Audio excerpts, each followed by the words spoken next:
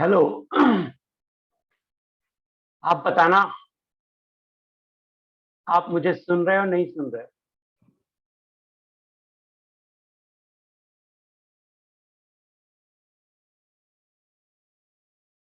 बस आप मुझे सुन रहे हो, स्क्रीन दिख रहा है, वेरी गुड।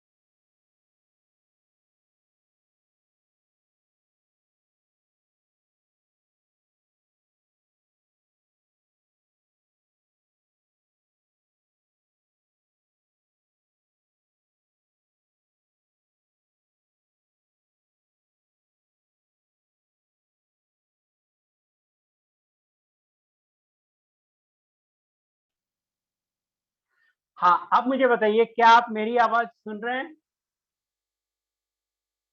हाँ, जो मैं पूछूं वही मैसेज करो। आपने बहुत आलतू फालतू मैसेज कर रहे हैं। हाँ, वेरी गुड, आपको मेरी आवाज सुनाई पड़ रही है।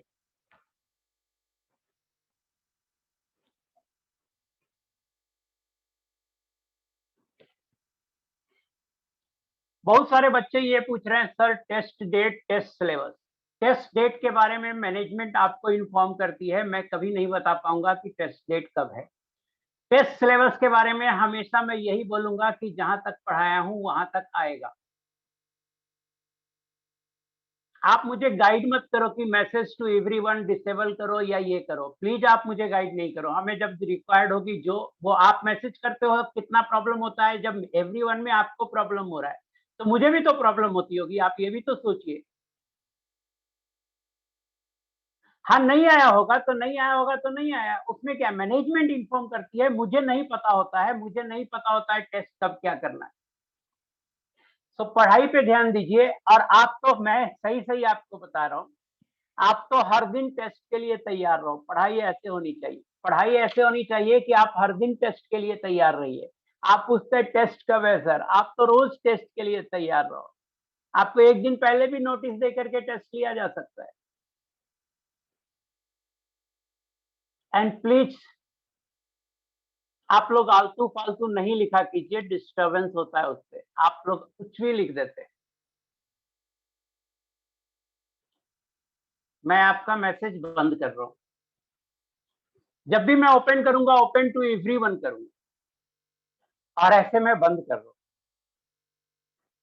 देखिए, पढ़ते हैं फैक्टर्स अफेक्टिंग हाइड्रेशन एनर्जी। मैं पहले रिमाइंड कर दूं कि हाइड्रेशन एनर्जी क्या था। तो मैंने कहा था कि गैसियस आयन लीजिए और उसे लार्ज एक्सेस वाटर में डाल दीजिए, लार्ज एक्सेस वाटर में डाल दीजिए, तो ये हाइड्रेटेड आयन बन जाएगा और उसे बोलते हैं Na+ एक्वस। इसमें जो एनर्जी एक्सचेंज होगी उसे बोलेंगे delta H, hydration of Na+। और ये ऑलवेज निगेटिव होता है, ये मैं पढ़ा चुका था। अब सवाल उठता है कि ये हाइड्रेशन एनर्जी किस चीज पे डिपेंड करती है। ये हाइड्रेशन एनर्जी किस चीज पे डिपेंड करती है?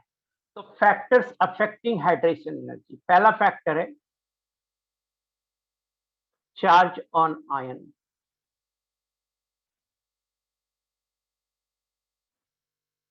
क्यू,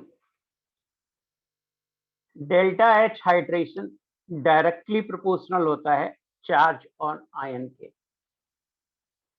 सेकंड फैक्टर है size of ion.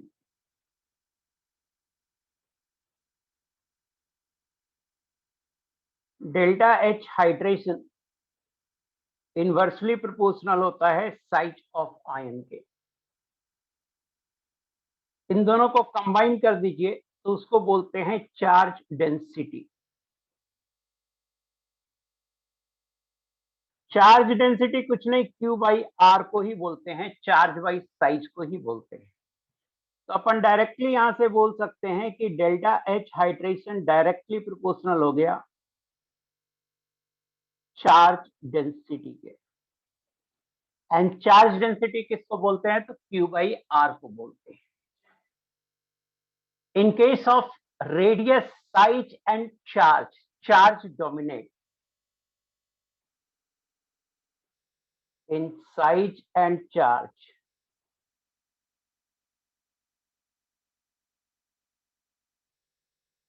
Charge dominate. Charge ज्यादा होगा तो साइज देखने की जरूरत नहीं है।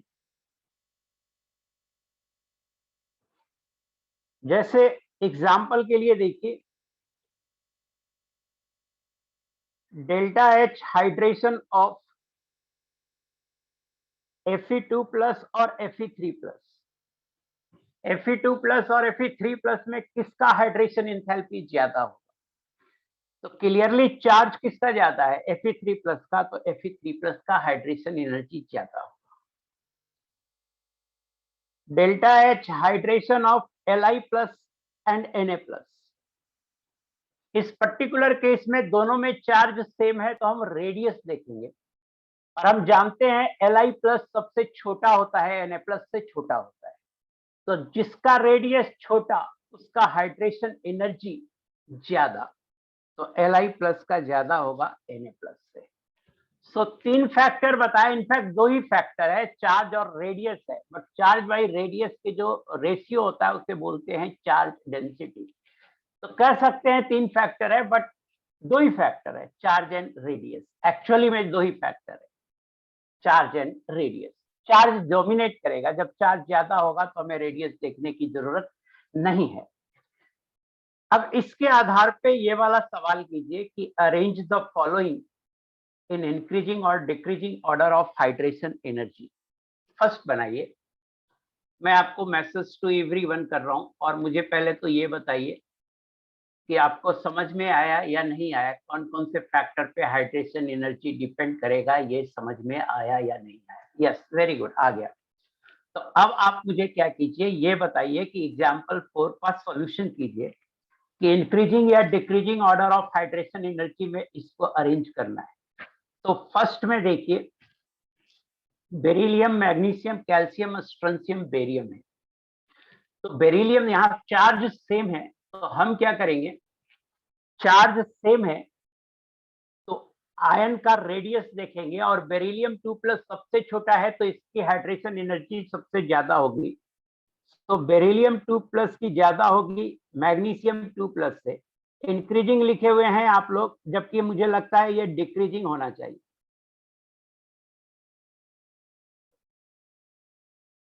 तो पहला ही आपने गलत कर दिया, सबने इंक्रीजिंग पहले लिखा था। अब देखिए दूसरा, I minus Br minus Cl minus F minus, यहाँ भी चार्ज सेम है। चार्ज सेम है तो हम रेडियस देखेंगे, तो हमें पता है F माइनस सबसे छोटा होता है, और जो सबसे छोटा होता है उसकी हाइड्रेशन एनर्जी ज्यादा होती है, तो F minus Cl minus Br minus I minus, Na plus Mg2 plus और Na प्लस Mg2 प्लस और Al3 प्लस, चार्ज से सीधा देख लेंगे, Na प्लस का कम होगा, Mg2 प्लस का ज्यादा होगा, और Al3 प्लस का और ज्यादा होगा। Li प्लस और Be2 प्लस कोई दिक्कत नहीं है, Li प्लस से ज्यादा होगा बेरिलियम 2 प्लस का, चार्ज ज्यादा है। ऊपर मैंने एग्जांपल लिखा था Li प्लस Na प्लस, और इसे बड़ा कर लेते हैं, K plus, lithium, sodium, potassium, rubidium, Rb plus, Cs plus, पूरा ग्रुप को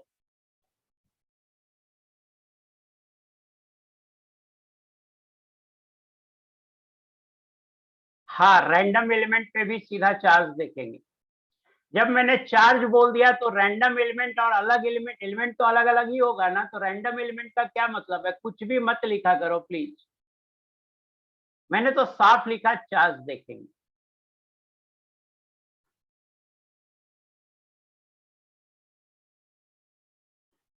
सो हमने हाइड्रेशन एनर्जी को कंपेयर कर लिया। आप मुझे बताओ कि हाइड्रेशन एनर्जी आपको समझ में आया या नहीं आया? यस नो सिर्फ जवाब चाहिए। जिगमत ने लिखा है नो, एक दो और लड़कों ने लिखा है नो। जिन लोग नो लिखे हैं सिर्फ वो बताएंगे। यार कुछ भी मैसेज करते रहते हैं यार। जो लोग नो लिखे हैं वो बताएंगे, क्या प्रॉब्लम? मैं हमेशा बोलता हूँ आप कुछ भी मत मैसेज करो। मोजाइन इकबाल पता नहीं क्या मैसेज कर रहा है, dot dot dot. Shivam Kumar Singh पता नहीं क्या मैसेज कर रहे हो। आप क्लास को कभी भी मीनिंगफुल नहीं रहने देते, फिर मैं मैसेजिंग हटा दूंगा। इतने सेंसलेस लोग हैं। कितने पैसे देकर आप ज्वाइन करते हो क्लास में? एक क्लास की कीमत आपकी 500 से 1000 रुपए आती है, एक क्लास की कीमत। 150 रुपए का टिकट लेके सिनेमा हॉल में आप जाते हो, 3 घंटे बेटा ऐसे देखते हो कि बगल में किसी का फोन आ जाता है तो आपको इरिटेशन हो जाता है कि सिनेमा देखने आया और फोन बज रहा है। और यहाँ 500 से 1000 रुपए की एक क्लास होती है आपकी, और उस क्लास को आप बर्बाद करते हो कैसे? तो कुछ भी मैसेज टाइप कर देते हो, बार बार कॉपी पेस्ट कर देते हो, एक डिसिप्लिन में नहीं रहते हो। तय बात है, आप डिसिप्लिन में नहीं हो गए, आपका लॉस है, हमारा तो कोई लॉस नहीं है। हमें तो और अच्छा है, ज्यादा दिमाग नहीं लगाना पड़ेगा।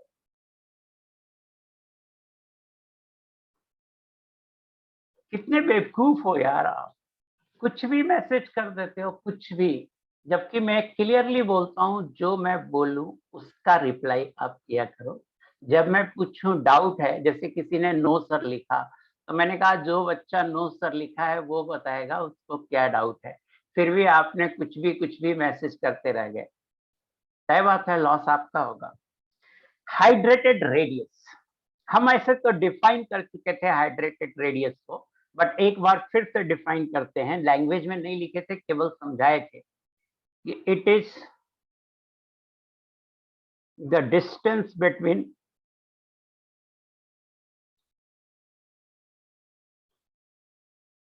center of ion and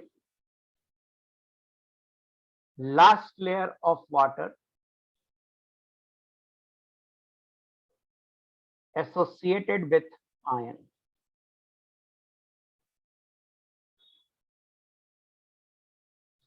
जैसे मैंने कहा था Na+ के चारों तरफ वाटर मॉलिक्यूल आ जाते हैं,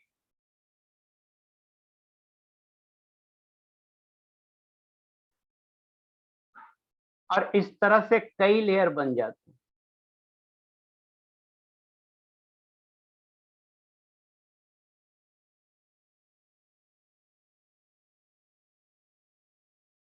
तो सेंटर ऑफ आयन से लेके लास्ट, ये जो डिस्टेंस है इसको बोलेंगे हाइड्रेटेड रेडियस।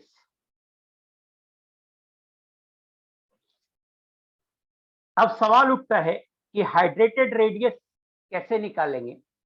तो हाइड्रेशन एनर्जी जितना ज्यादा होगा, हाइड्रेटेड रेडियस उतना ज्यादा होगा। Hydrated radius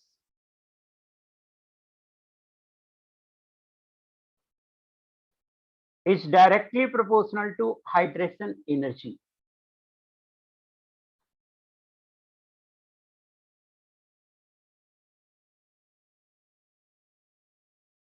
That is directly proportional to Q by R। Hydrated radius hydration energy के प्रोपोर्शनल होगा, जिसकी हाइड्रेशन एनर्जी ज्यादा उसकी हाइड्रेटेड रेडियस ज्यादा। अब जरा सा देखिए, यहाँ एक क्वेश्चन है कि arrange the following hydrated ion. ध्यान रखिए, हाइड्रेटेड आयन है इन इंक्रीजिंग और decreasing order of hydrated radius. Hydrated radius के ऑर्डर में इन आयन को अरेंज करना है।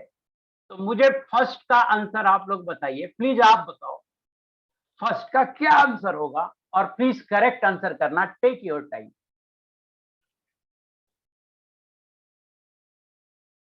इंक्रीजिंग या डिक्रीजिंग हाइड्रेटेड रेडियस में सजाना है? Decreasing, very good. हाँ, डिक्रीजिंग। Li प्लस एक्वस का जो साइज है बेटा, ये सबसे बड़ा हो जाएगा Na प्लस एक्वस के साइज से। ये बड़ा Na प्लस एक्वस होगा K प्लस एक्वस के साइज से। K प्लस एक्वस बड़ा होगा Rb प्लस एक्वस के साइज से, और सबसे छोटा होगा Cs प्लस एक्वस के साइज का। देखिए बड़ा इंटरेस्टिंग है, बहुत इंटरेस्टिंग है। जनरली क्या होता है, लिथियम प्लस की साइज छोटी होती है जनरली, गैसियस में खासकर, लेकिन पानी के अंदर लिथियम प्लस का साइज सबसे बड़ा हो जाता है, क्योंकि लिथियम प्लस का हाइड्रेशन एनर्जी सबसे ज्यादा है, तो ढेर सारे वाटर मॉलिक्यूल उससे जुड़ जाते हैं और उसकी साइज बढ़ जाती है। सो Li प्लस एक्वस का साइज सबसे ज्यादा होता है। इसमें I माइनस एक्वस जो होगा ये सबसे छोटा होगा, I माइनस एक्वस से बड़ा होगा Br माइनस, Br माइनस से बड़ा होगा Cl माइनस, और सबसे बड़ा होगा F माइनस। हाइड्रेशन एनर्जी के से हमने सजा दिया। इसमें देखो बेरिलियम 2 प्लस का एक्वस का साइज सबसे बड़ा होगा, डिक्रीजिंग है ये। इसके बाद Mg2 प्लस एक्वस, इसके बाद Ca2 प्लस एक्वस, इसके बाद Sr2 प्लस एक्वस, इसके बाद Ba2 प्लस एक्वस। एक बार हम फिर से आपको बताना चाहता हूं, पूछना चाहता हूं कि आज के अभी तक के क्लास में किसी टॉपिक में, खासकर दो ही टॉपिक मैंने अभी पढ़ाया, एक पढ़ाया फैक्टर्स अफेक्टिंग हाइड्रेशन एनर्जी, और दूसरा पढ़ाया आपको सेकंड पढ़ाया मैंने आपको हाइड्रेटेड रेडियस। क्या इन दोनों में डाउट है? जिन बच्चे को डाउट है सिर्फ वही लिखेगा और इसी दो टॉपिक से रिलेटेड डाउट लिखेगा।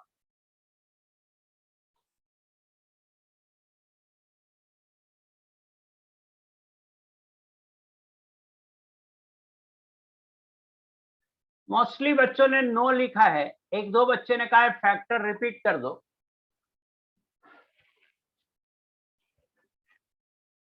मैंने कहा था जिनको डाउट है वही लिखते, तो खैर मैंने आपका हटा दिया है ये चैटिंग। एक बच्चे ने कहा फैक्टर रिपीट कर दो, फिर से रिपीट कर दे रहे हैं फैक्टर को, थोड़ा ध्यान से देखिए।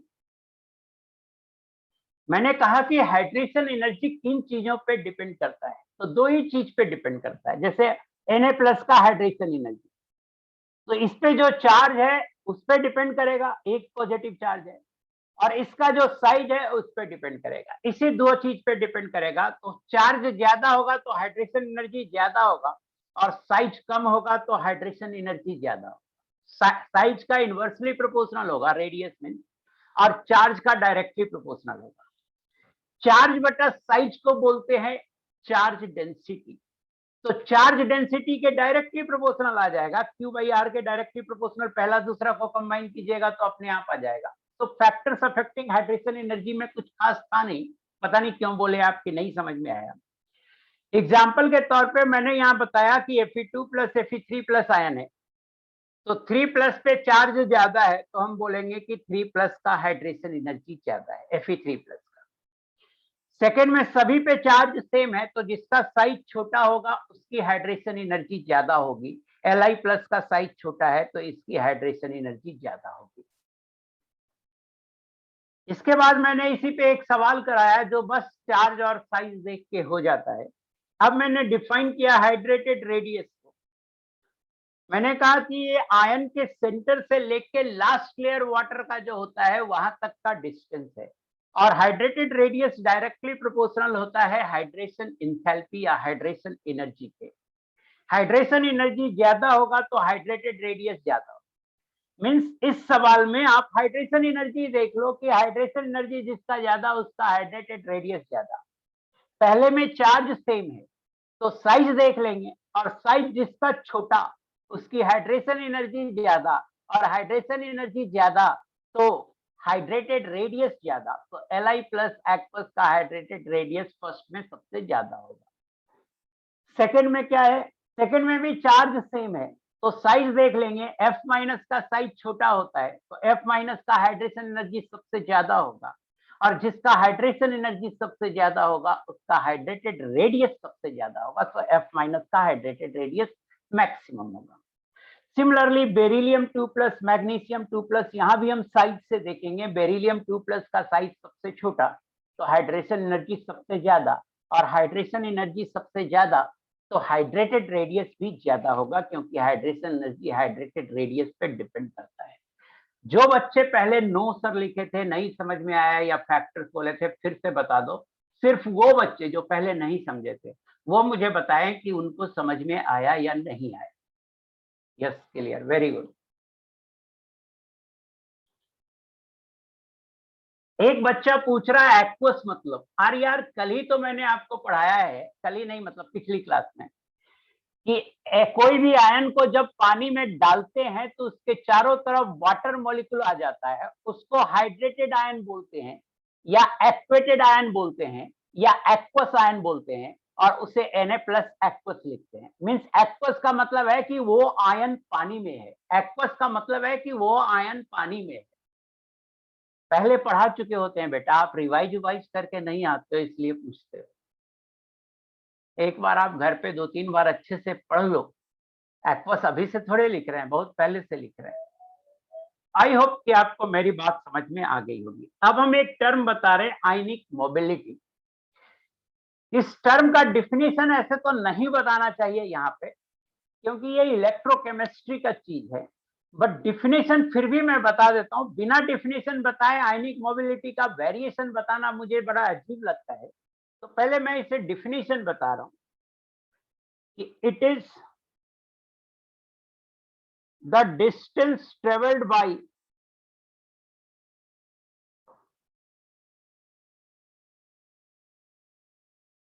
an ion in centimeter per second under unit potential gradient। अब इस डिफिनेशन में एक और टर्म आ गया, पोटेंशियल ग्रेडियंट। पोटेंशियल मतलब वोल्टेज, वोल्टेज हो गया V, अब ग्रेडियंट, पोटेंशियल ग्रेडियंट होगा तो वोल्टेज बाई लेंथ।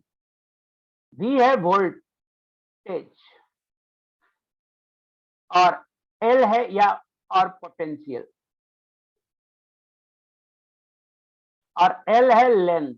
L क्या है? Length, volt upon length.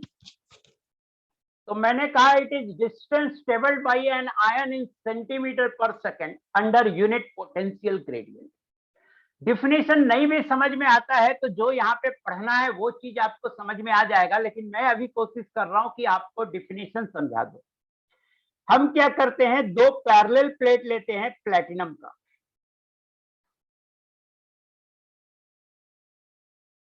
Platinum का दो पैरेलल प्लेट ले रहे हैं और इसके बीच एक बैटरी लगाते हैं और उस बैटरी का वोल्टेज है V। एक बैटरी लगाएं इसके बीच और उस बैटरी का वोल्टेज है V, और दोनों प्लेट का डिस्टेंस है L, दोनों प्लेट के बीच का डिस्टेंस है L।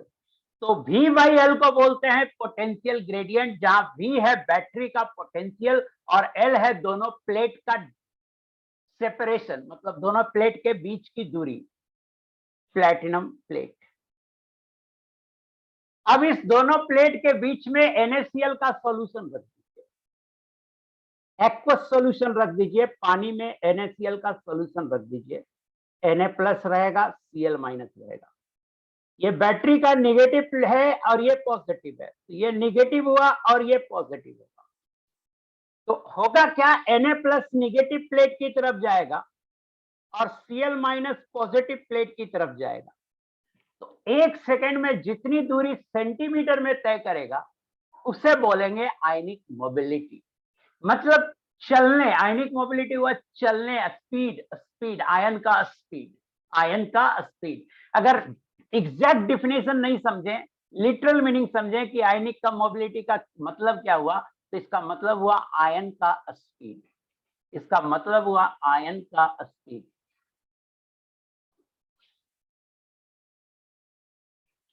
भाई आयुष रांता ये सब पूछते हो बेटा, सर इसमें एक्सेप्शन है क्या? कुछ एक्सेप्शन सब जगह है।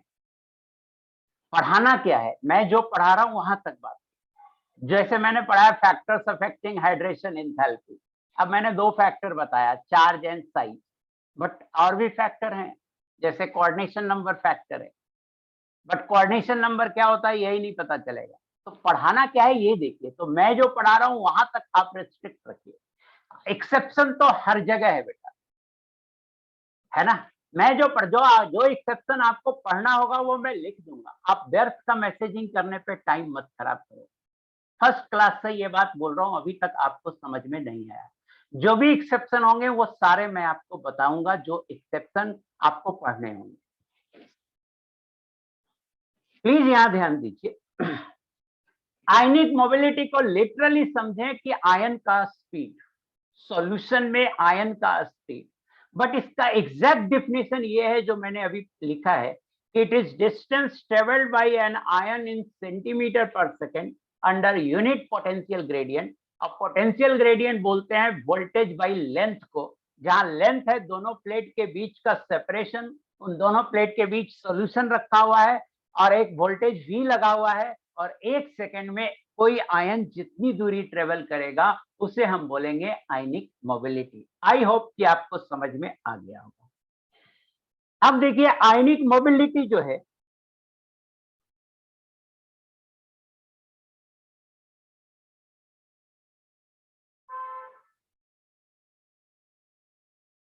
ये इनवर्सली प्रोपोर्शनल होता है हाइड्रेटेड रेडियस के। मींस जिसकी हाइड्रेटेड रेडियस ज्यादा होगी उसकी आयनिक मोबिलिटी कम होगी। इसको आप ऐसे समझ सकते हैं कि अगर एक आयन में बहुत सारा वाटर मॉलिक्यूल लटक जाएगा, एक आयन है उसके चारों तरफ बहुत सारा वाटर मॉलिक्यूल लटक गया, ढेर सारे वाटर मॉलिक्यूल लटक जाएंगे तो उसे मूव करने में दिक्कत होगी, उसे मूव करने में टाइम ज्यादा लगेगा। जैसे कोई नेशनल पार्टी का लीडर जब रोड शो करता है तो उस रोड शो में इतनी भीड़ हो जाती है कि रोड शो में इतनी भीड़ हो जाती है कि जुलूस का जो स्पीड है वो नॉर्मल आदमी के स्पीड से काफी छोटा हो जाता है, और वही जब कोई आम आदमी चलता है तो उसका स्पीड काफी ज्यादा रह सकता है। और वही जुलूस के फॉर्म में जब एक नेशनल पार्टी का लीडर जाता है तो 1 मीटर भी चलने में काफी टाइम लगता है, बहुत स्लोली आगे निकलते हैं लोग। तो मैं वही कहना चाह रहा हूं कि अगर एक आयन के चारों तरफ ढेर सारे वाटर मॉलिक्यूल होंगे तो उस आयन को चलने में दिक्कत होगी, जिसके कारण उसकी आयनिक मोबिलिटी कम होगी। तो आयनिक मोबिलिटी का इनवर्स रिलेशन हो गया हाइड्रेटेड रेडियस से, या इनवर्स रिलेशन हो गया हाइड्रेशन एनर्जी से। हाइड्रेशन एनर्जी ज्यादा होगा, आयनिक मोबिलिटी कम होगी।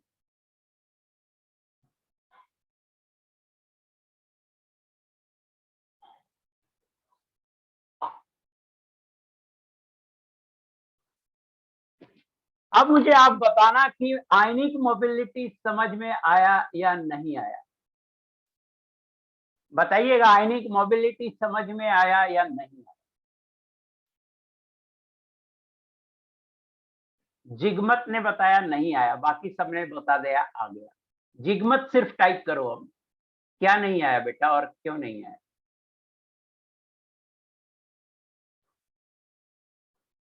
सिर्फ जिगमत टाइप करो, क्या नहीं आया और क्यों नहीं आया। हाँ, डिस्टेंस ट्रेवल्ड इन 1 सेकेंड, ठीक तो है। 1 सेकेंड में जितनी दूरी तय करेगा, ये बात क्यों नहीं समझ में आ रही।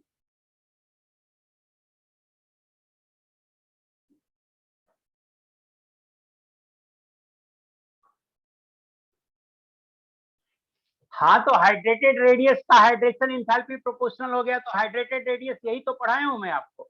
हाइड्रेटेड रेडियस डायरेक्टली प्रोपोर्शनल हो गया हाइड्रेशन के ऊपर, यही तो पढ़ाया हूं।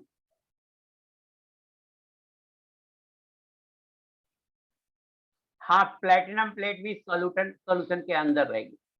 नहीं, पोटेंशियल जरूरी नहीं है 1 वोल्ट रहना चाहिए, पोटेंशियल ग्रेडियंट 1 वोल्ट होना चाहिए under unit potential gradient. Unit potential gradient का मतलब है V/L का वैल्यू 1 वोल्ट पर सेकेंड होना चाहिए। V बाई एल का वैल्यू 1 वोल्ट पर सेकेंड होना चाहिए। जब आप बोलते हैं कि वोल्टेज 1 वोल्ट होना चाहिए तो साथ में ये भी बोलिए कि एल 1 सेंटीमीटर होना चाहिए, तब आपकी बात सही होगी। मैं क्या बोल रहा हूं, यहां साफ देखो लिखा हुआ है unit potential gradient, unit potential gradient. अब पोटेंशियल ग्रेडियंट है V by L, mean V by L की वैल्यू 1 वोल्ट पर सेकेंड होनी चाहिए। अरे नहीं यार, सेंटीमीटर में डिस्टेंस ले रहे हैं ना, इस पट्टी ऐसा यूनिट थोड़े बोल रहे हैं, जिस यूनिट में मैं बात कर रहा हूं इसी यूनिट में डिफाइंड है ये। हाँ, वोल्ट 1 वोल्ट पर सेंटीमीटर होना चाहिए, 1 वोल्ट पर सेंटीमीटर होना चाहिए। पोटेंशियल ग्रेडियंट 1 वोल्ट पर सेंटीमीटर होना चाहिए।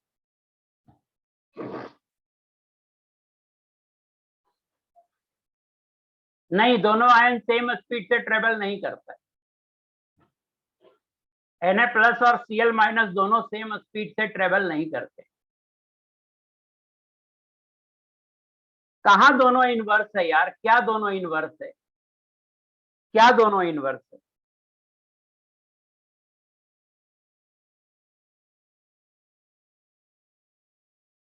जिसकी आयनिक मोबिलिटी ज्यादा होगी, किसकी आयनिक मोबिलिटी ज्यादा होगी? जिसका हाइड्रेटेड रेडियस कम होगा, जिसके पीछे चारों तरफ वाटर का कम मॉलिक्यूल होगा। वाटर का कम मॉलिक्यूल होगा तो हाइड्रेशन एनर्जी भी उसकी क्या होगी? कम होगी। सही तो आ रहा है भाई। किसी मेटालिक, कोई मेटल लोगे तभी तो वो पॉजिटिव निगेटिव रहेगा, लकड़ी ले लोगे तो पॉजिटिव निगेटिव रहेगा क्या? आप किसी मेटल से ही तो जोड़ेंगे। तो मेटल, इनर्ट मेटल प्लेटिनम होता है तो प्लेटिनम से जोड़ते हैं। जिगमत ने LOL लिखा है, पूछा था मैंने कि तुमको क्या दिक्कत है, तो कुछ लिखा ही नहीं। आपके जो मैसेजिंग होती है ना, पता नहीं क्या करना चाहते हो, LOL लिख रहा है। यहां देखो, एक बार फिर से देखो, ऊपर मैंने क्या बताया। सबसे पहले मैंने बताया कि हाइड्रेशन एनर्जी का इनवर्स रिलेशन होता है रेडियस से। वेरी गुड, ये रेडियस है। फिर मैंने आपको बताया कि हाइड्रेटेड रेडियस और हाइड्रेशन एनर्जी डायरेक्टली प्रोपोर्शनल होता है। जिसका हाइड्रेशन एनर्जी ज्यादा उसका हाइड्रेटेड रेडियस ज्यादा। फिर मैंने आपको बताया कि जिसका हाइड्रेटेड रेडियस कम उसकी आयनिक मोबिलिटी ज्यादा। तो हाइड्रेटेड रेडियस कम है मींस हाइड्रेशन एनर्जी भी कम होगा, जिसका हाइड्रेशन एनर्जी कम उसकी आयनिक मोबिलिटी ज्यादा। तीनों कंसिस्टेंट है बेटा ऊपर से। अगर ऊपर का समझ में आया तो ये लाइन भी आपको समझ में आना चाहिए। अब इस क्वेश्चन को कीजिए, एग्जाम्पल 6 को कीजिए प्लीज।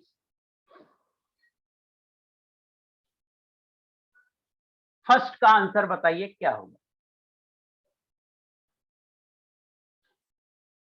इंक्रीजिंग और decreasing order of ionic mobility में बताना है। तो जिसका हाइड्रेशन एनर्जी कम होगा उसकी आयनिक मोबिलिटी ज्यादा होगी। तो सबसे ज्यादा आयनिक मोबिलिटी होगी सीजियम प्लस की, क्योंकि सीजियम प्लस की हाइड्रेशन एनर्जी सबसे कम होगी। सो Li प्लस एक्वस सबसे कम होगी हाइड्रेशन आयनिक मोबिलिटी। आयनिक मोबिलिटी सबसे कम होगी Li प्लस की।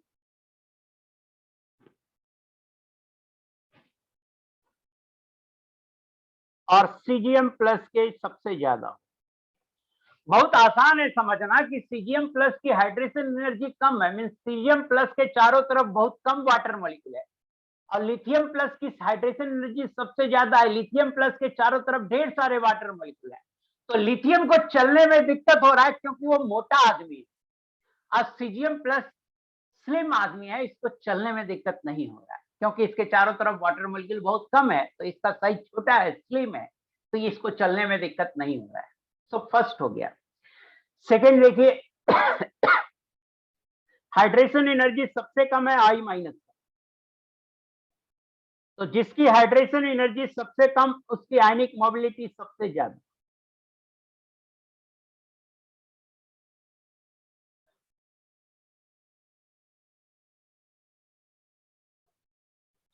थर्ड में देखिए, beryllium 2 plus magnesium 2 plus. Beryllium 2 plus की हाइड्रेशन एनर्जी सबसे ज्यादा है, तो इसकी आयनिक मोबिलिटी सबसे कम होगी।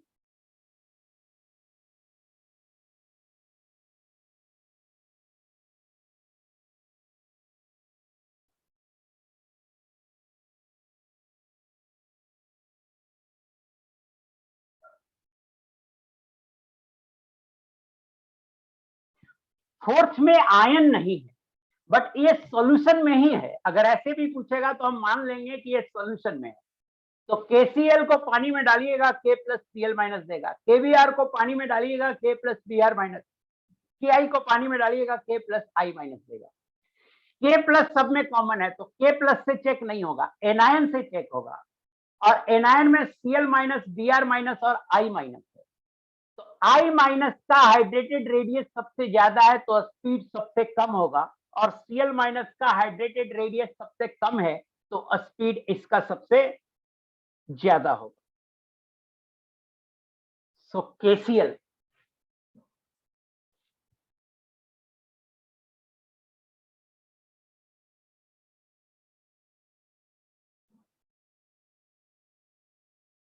KCl माइनस हाइड्रेशन एनर्जी अगर हम देखें तो सबसे ज्यादा हाइड्रेशन एनर्जी होगा Cl माइनस का। तो Cl माइनस का हाइड्रेशन एनर्जी जब सबसे ज्यादा होगा तो उसकी स्पीड कम हो जाएगी।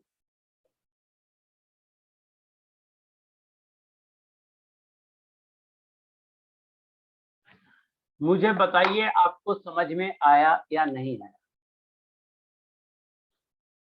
नो। फोर्थ में डाउट आ रहा है। फोर्थ देखो सेकंड है, इसमें K प्लस आयन है, इसमें भी K प्लस आयन है और Cl माइनस आयन है। इसमें K प्लस और Br माइनस आयन है, इसमें K प्लस और I माइनस आयन है। K प्लस तो सब में सेम है, तो K प्लस को छोड़ दो, K प्लस से नहीं देखेंगे। अब Cl minus, Br minus, I minus ऊपर सजाया हुआ है, Cl minus, Br minus, I minus ऊपर सजाया हुआ है। सबसे कम Cl माइनस का है तो सबसे कम KCl होगा, उसके बाद Br माइनस का है तो उसके बाद KBr होगा, सबसे ज्यादा I माइनस का है तो उसके बाद KI होगा।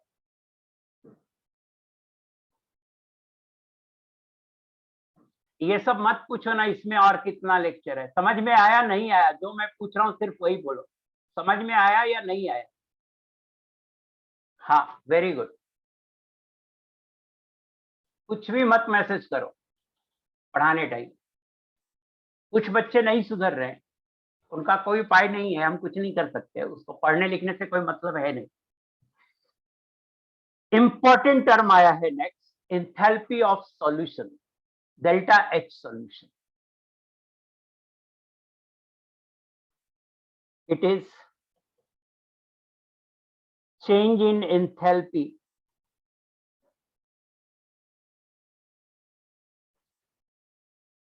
or heat exchange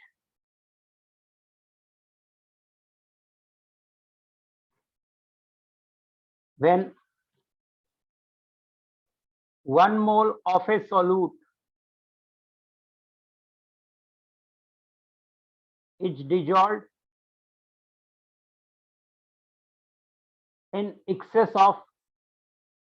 in large excess of solvent, in large excess of solvent।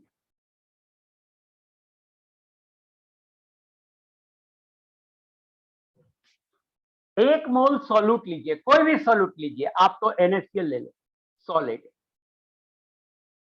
एक मोल लीजिए और उसे ढेर सारा वाटर में डाल दीजिए, लार्ज एक्सेस ऑफ वाटर। तो ये Na प्लस एक्वस और Cl माइनस एक्वस में बदल जाएगा।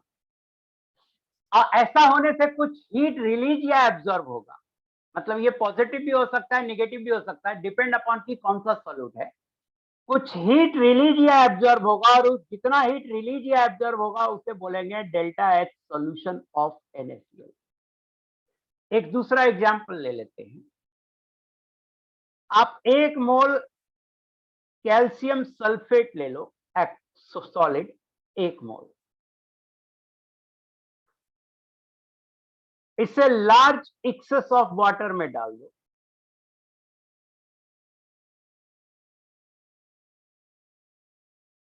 और ये Ca2 plus aqueous plus SO4 2 minus aqueous में चेंज हो जाएगा।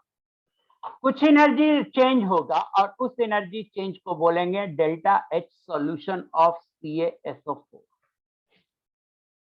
ये एक इंपॉर्टेंट डिफिनीशन है, ये एक काफी इंपॉर्टेंट डिफिनीशन है कि किसको बोलेंगे डेल्टा एच सॉल्यूशन। तो सिंपल सा डिफिनीशन है कि एक मोल कोई भी सॉल्यूट लीजिए और उससे ढेर सारे सॉल्वेंट में डाल दीजिए, कुछ एनर्जी रिलीज या एब्जॉर्ब होगा डिपेंडिंग अपॉन कि सॉल्यूट कैसा है।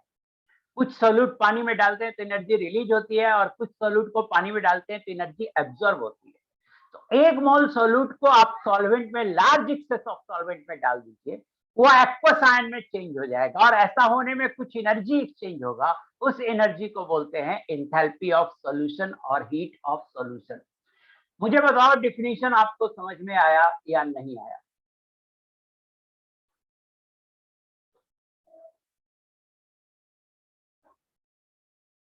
Very good, very good. फिर भी मैंने देखा एक बच्चा ने नो सर लिखा है, फिर से बोल रहा हूं डिफिनेशन। एक मोल सॉल्यूट लो और उसे एक्सेस ऑफ सॉल्वेंट में डाल दो, तो ऐसा करने पे कुछ एनर्जी रिलीज या एब्जॉर्ब होगी। एक्सेस ऑफ सॉल्वेंट का क्या मतलब है? तो एक मोल सॉल्यूट लिया, उसे लगभग 50 मोल वाटर में डालिए। एक मोल 2 मोल वाटर में नहीं, 50 मोल 100 मोल वाटर में डालिए, लार्ज एक्सेस ऑफ वाटर, काफी ज्यादा पानी में डालिए। तो एक मोल NaCl लिया, देखो साफ समझो ना बेटा, बहुत अच्छे से समझ में आएगा। एक मोल NaCl लिया मतलब 58.5 ग्राम NaCl लिया, उसे आप 200 मोल पानी या 2 लीटर पानी में डाल दीजिए। 2 लीटर पानी में डाल दीजिए, तो ऐसा करने से कुछ एनर्जी रिलीज या एब्जॉर्ब होगी। जो एनर्जी रिलीज या एब्जॉर्ब होगी उसे एंथैल्पी ऑफ सॉल्यूशन या हीट ऑफ सॉल्यूशन बोलेंगे।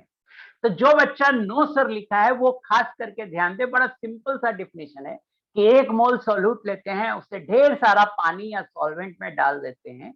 ऐसा करने से कुछ एनर्जी रिलीज या एब्जॉर्ब होती है। जो एनर्जी रिलीज या एब्जॉर्ब होगी वो क्वेश्चन में गिवन होगा। डेल्टा एच पॉजिटिव होगा तो एब्जॉर्ब होगा और डेल्टा एच नेगेटिव होगा तो रिलीज होगा।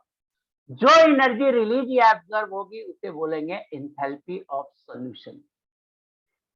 सो एंथैल्पी ऑफ सॉल्यूशन मैंने डिफाइन कर दिया। अब एक एंथैल्पी साइकिल बना रहे हैं। It's also a kind of Born Haber cycle कि relation between delta H solution, delta H lattice and delta H hydration.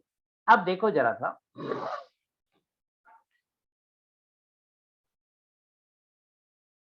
NaCl solid लीजिए। NaCl सॉलिड को हमने Na प्लस एक्वस और Cl माइनस एक्वस में change कर दिया। कैसे चेंज किया? तो लार्ज एक्सेस वाटर देके चेंज किया।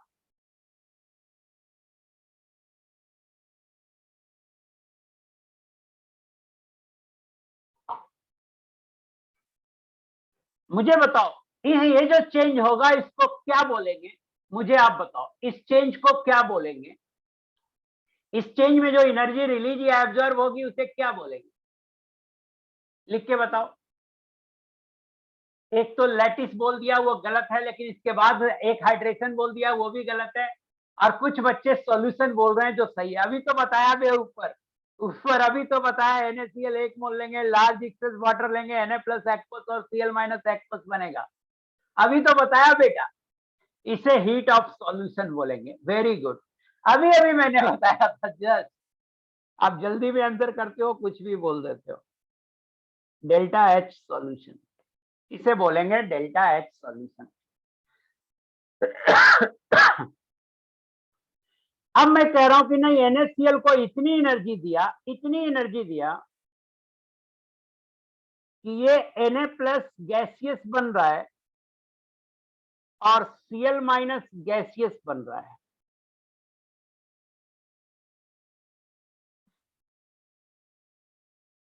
Na प्लस सॉलिड को इतनी एनर्जी दिया कि ये ब्रेक होकर Na प्लस गैसियस और Cl माइनस गैसियस बन रहा है। इसको क्या बोलेंगे? वेरी गुड, सही सभी ने लिखा, लैटिस बोलेंगे। वेरी गुड, वेरी गुड, इसको लैटिस बोलेंगे। सब्लिमेशन एक ठो गधा लिख दिया है, तुमको पीटने का मन कर रहा है। एक मोल, देखिए लैटिस मैंने डिफाइन किया था ठीक इसका उल्टा। कि 1 मोल आयनिक सॉलिड को उसके कंस्टिट्यूएंट आयन से बनाने में जितनी एनर्जी एक्सचेंज होती है उसे लैटिस बोलते हैं। फिर मैंने कहा था इसे उल्टा भी डिफाइन किया करते हैं। फिर मैंने कहा था मैं जो डिफिनेशन जनरली यूज करता हूं वो पहला वाला डिफिनेशन है। तो पहला वाला डिफिनेशन से इसे माइनस ऑफ लैटिस बोलेंगे, तो ये होगा minus of delta H lattice. ये होगा minus of delta H lattice, जहां पर डेल्टा एच लैटिस हमेशा निगेटिव होगा और निगेटिव में माइनस लगा देंगे तो ये हमेशा पॉजिटिव आएगा। Means minus of delta H lattice की वैल्यू पॉजिटिव में ही लेनी है। अब हम क्या कर रहे हैं कि Na प्लस गैसियस में लार्ज एक्सेस वाटर डाल रहे हैं, लार्ज एक्सेस वाटर डाल रहे हैं और लार्ज एक्सेस वाटर डालकर इसे Na प्लस एक्वस बना रहे हैं, तो इसको क्या बोलेंगे? Na प्लस गैसियस में लार्ज एक्सेस वाटर डालकर इसे Na प्लस एक्वस बना रहे हैं, क्या बोलेंगे? हाइड्रेशन। वेरी गुड, इसको हाइड्रेशन बोलेंगे। तो ये होगा delta H hydration of Na plus. उसी तरह से Cl माइनस गैसियस में लार्ज एक्सेस वाटर डालेंगे, तो ये Cl माइनस एक्वस बनेगा और इसे बोलेंगे delta H hydration of Cl minus. अब हेस्ला लगा देंगे, ऊपर डायरेक्ट रूट है और नीचे से इनडायरेक्ट रूट है, using Hess law. Using Hess law delta H solution होगा minus of delta H lattice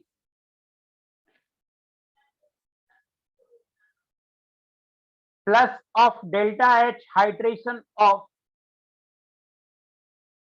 Na plus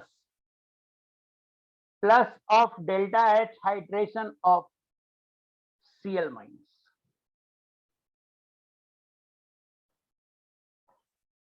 delta H lattice जो डिफिनेशन है मेरा, ये ऑलवेज निगेटिव होगा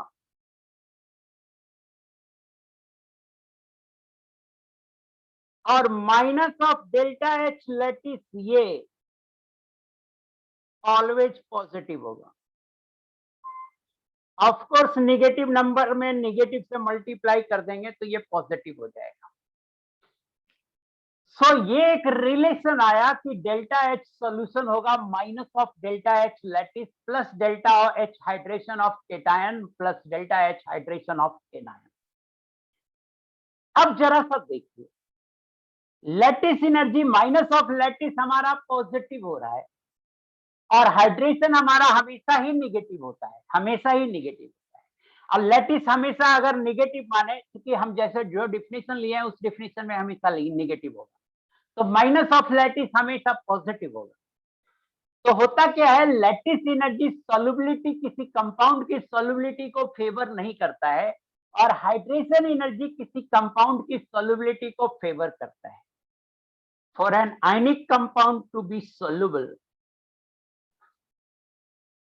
for an ionic compound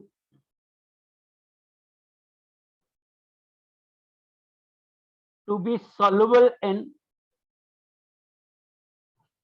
water,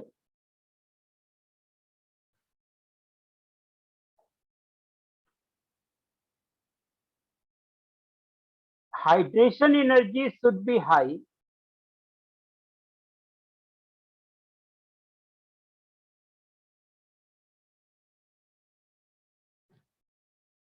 and lattice energy should be low.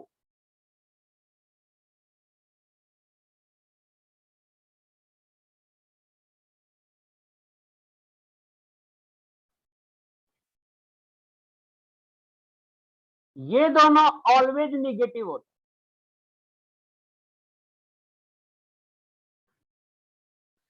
तो negative delta H होता है ना, तो वो फेवरेबल हो जाता है रिएक्शन। अगर डेल्टा एच निगेटिव होता है तो रिएक्शन फेवरेबल हो जाता है इन जनरल। तो मैं ये कह रहा हूं कि कोई सोल्यूट को जब पानी में डालिएगा तो अगर डेल्टा एच सोल्यूशन निगेटिव होगा तो उसे डिजोल्व होने के चांसेस ज्यादा है। पॉजिटिव वाला भी डिजोल्व हो सकता है, हम ये नहीं करें, बहुत सारे फैक्टर हैं डिजोल्व होने के, लेकिन निगेटिव वाले के डिजोल्व होने के सोल्यूशन डिजोल्व होने के चांसेस ज्यादा हैं।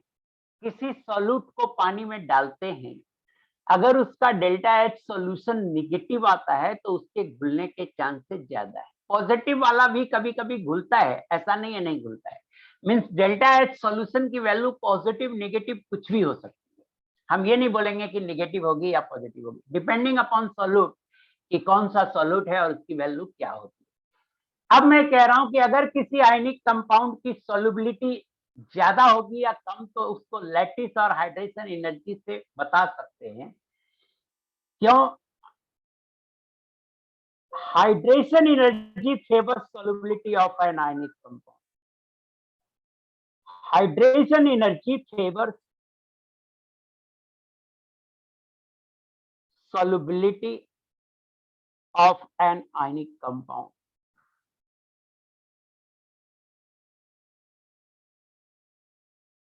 मीन्स हाइड्रेशन एनर्जी ज्यादा होगा तो आयनिक कंपाउंड सोल्यूबल ज्यादा होगा।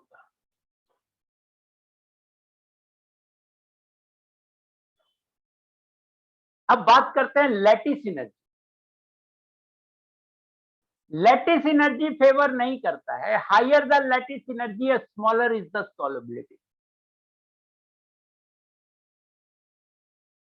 हायर द लैटिस एनर्जी, या पहले इसमें लिख दो, पहले इसमें लिख देते हैं कि higher the hydration energy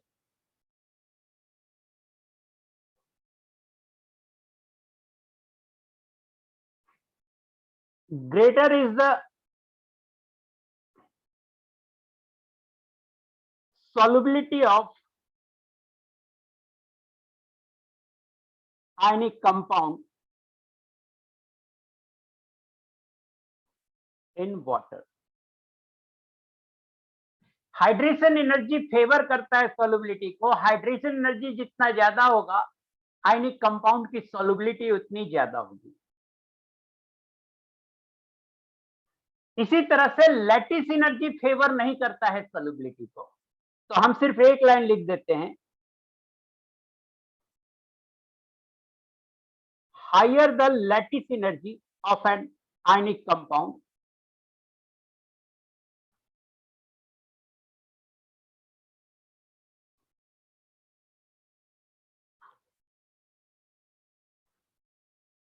smaller is its solubility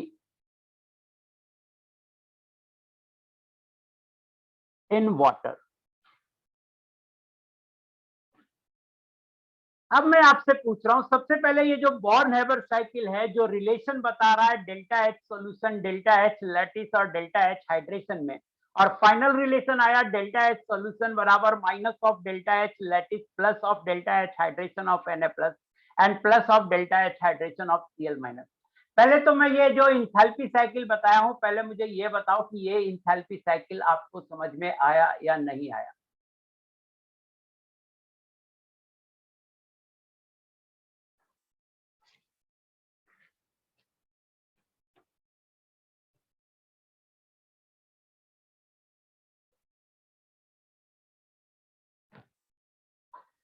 बहुत सारे बच्चे ने लिखा है नहीं आया। बेटा जो बच्चे नहीं आया लिखे वो 3 टर्म का पहले डिफिनीशन समझो। इसको समझने से पहले मेरी आपसे रिक्वेस्ट है कि delta H solution, delta H lattice और डेल्टा एच हाइड्रेशन का डिफिनीशन अगर नहीं समझ में आएगा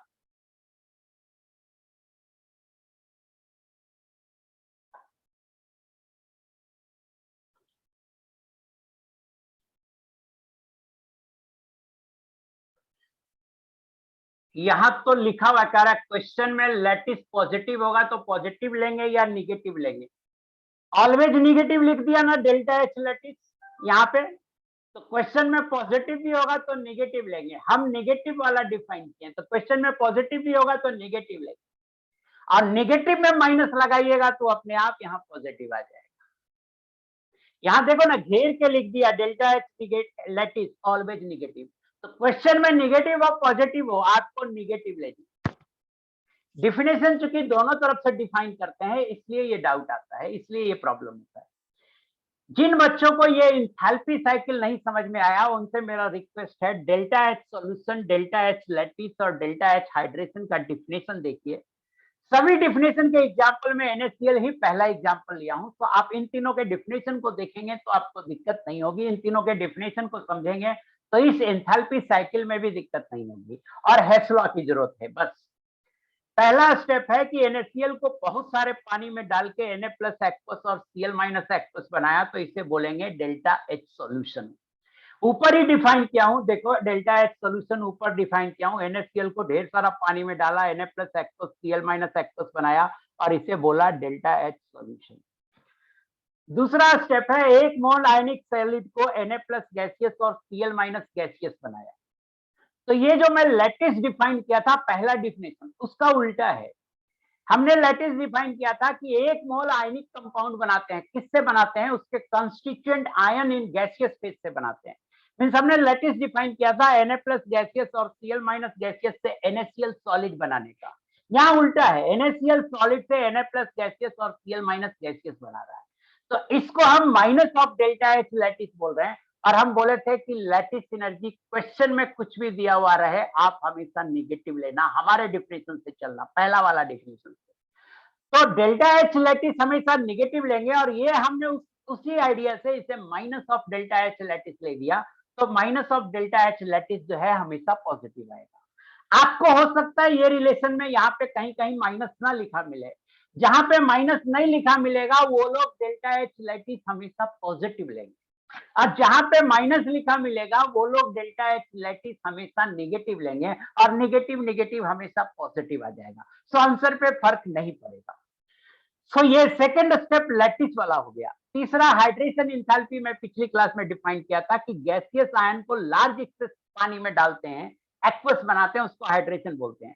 तो ये वाला स्टेप हाइड्रेशन वाला है, ये वाला स्टेप भी हाइड्रेशन वाला है। अब हेस लॉ कहता है किसी रिएक्शन को एक स्टेप में कराइए या मल्टीपल स्टेप में कराइए, डेल्टा एच सेम होगा। तो ये डायरेक्ट स्टेप है, पहला स्टेप है, और 3 स्टेप में नीचे कराना है। दूसरा स्टेप मतलब इनडायरेक्ट रूट ये है, इधर से इधर। तो पहला स्टेप डेल्टा एच सॉल्यूशन बराबर हो जाएगा minus of delta H lattice plus of delta H hydration of Na plus of delta H hydration of Cl minus, इसके बराबर होगा। इसके बाद बस 2 पॉइंट, एक पॉइंट मैंने लिखाया है कि कोई आयनिक कंपाउंड के सोल्यूबल होने के लिए हाइड्रेशन एनर्जी ज्यादा होना चाहिए और लैटिस एनर्जी कम होना चाहिए। मतलब लैटिस एनर्जी छोटा होगा तो सोल्यूबिलिटी ज्यादा होगा, और हाइड्रेशन एनर्जी बड़ा होगा तो सोल्यूबिलिटी ज्यादा होगा। ये एक पॉइंट लिखा है जो आपको याद रखना है, और इस पे बेस्ड एक सवाल दे रहा हूं। अब इस सवाल को बनाना है, करा by using the following data, draw an appropriate enthalpy cycle and calculate hydration enthalpy of iodide ion। Iodide ion का है, और डेटा देखो सोडियम आयोडाइड का दिया हुआ है। तो आपको क्या करना होगा, सोडियम आयोडाइड का एंथैल्पी साइकिल बनाना होगा। और जिन बच्चों को नहीं समझ में आया था पिछली बार, वो अब यहाँ पे फिर से मैं एंथैल्पी साइकिल सोडियम आयोडाइड का बना रहा हूं, उनसे रिक्वेस्ट है यहाँ पे ध्यान देंगे। सबसे पहले क्या करेंगे कि सोडियम आयोडाइड सॉलिड ले लेंगे और उससे लार्ज एक्सेस वाटर में डाल देंगे।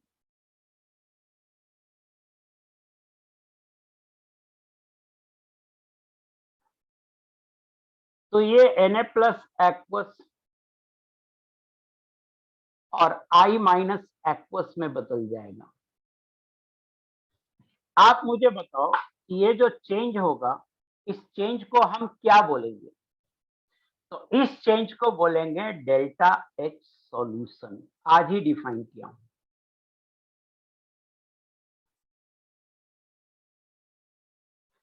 दूसरा स्टेप है कि NaI जो सॉलिड है, इस सॉलिड NaI को Na प्लस गैसियस और Cl माइनस गैसियस में कन्वर्ट कर देंगे। जो इसका एनर्जी होगा, हमारे पहला डिफिनेशन, लैटिस का 2 डिफिनेशन लिखा हूं, पहला डिफिनेशन से इसको बोलेंगे minus of delta H lattice. Of NaI। तीसरा स्टेप है बेटा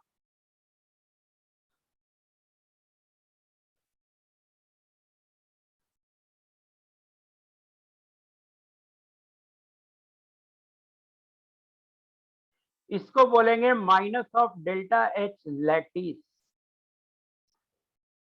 ऑफ NaI।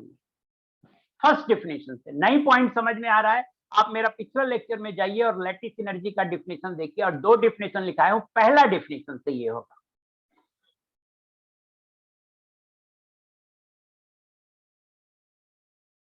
अब आप क्या कीजिए, Na प्लस गैसियस में लार्ज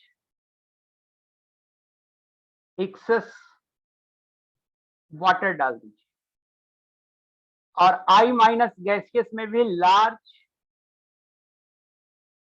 एक्सेस वाटर डाल दीजिए। तो ढेर सारा वाटर डालेंगे तो ये गैसियस आयन से एक्वस आयन आ जाएगा, और ये हाइड्रेशन का डिफिनेशन है। आप चाहे तो हाइड्रेशन का डिफिनेशन देख सकते हैं, इसको बोलेंगे delta H hydration of Na plus, और इसको बोलेंगे delta H hydration of I minus. I hope कि जिनको पहली बार नहीं समझ में आया था उनको यहां पे समझ में आ गया होगा। अब आप हेस लॉ लगा दीजिए, अब आप हेस लॉ लगा दीजिए। तो डायरेक्ट रूट से डेल्टा एच सोल्यूशन लगा है using Hess law.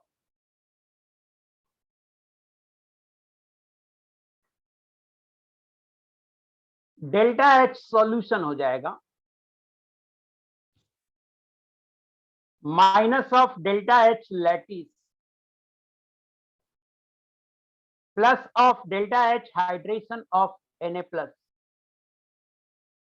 Plus of delta H hydration of I minus. अब आप डेटा देखो कि डेल्टा एच सॉल्यूशन कितना दिया हुआ है क्वेश्चन में। तो enthalpy of solution 2 kilojoule per mole दिया हुआ है, ये दिया हुआ है 2 kilojoule per mole. Enthalpy of hydration दिया हुआ है, ये डेटा भी दिया हुआ है, ये दिया हुआ है -390 किलो जूल पर मोल। हाइड्रेशन ये निकालना है, हाइड्रेशन ऑफ आयोडाइड आयन ये निकालना है, और लैटिस एनर्जी ये दिया हुआ है -699 किलो जूल पर मोल। देखो लैटिस एनर्जी -699 है, निगेटिव लिया और माइनस साइन पहले से लगा हुआ है, तो निगेटिव निगेटिव ये पॉजिटिव हो जाएगा। अब वैल्यू को रखिए, और 2 is equal to 699 -390 plus delta H hydration of I minus, और delta H hydration of I minus this is equal to 2 plus 390 -699, और ये आएगा 392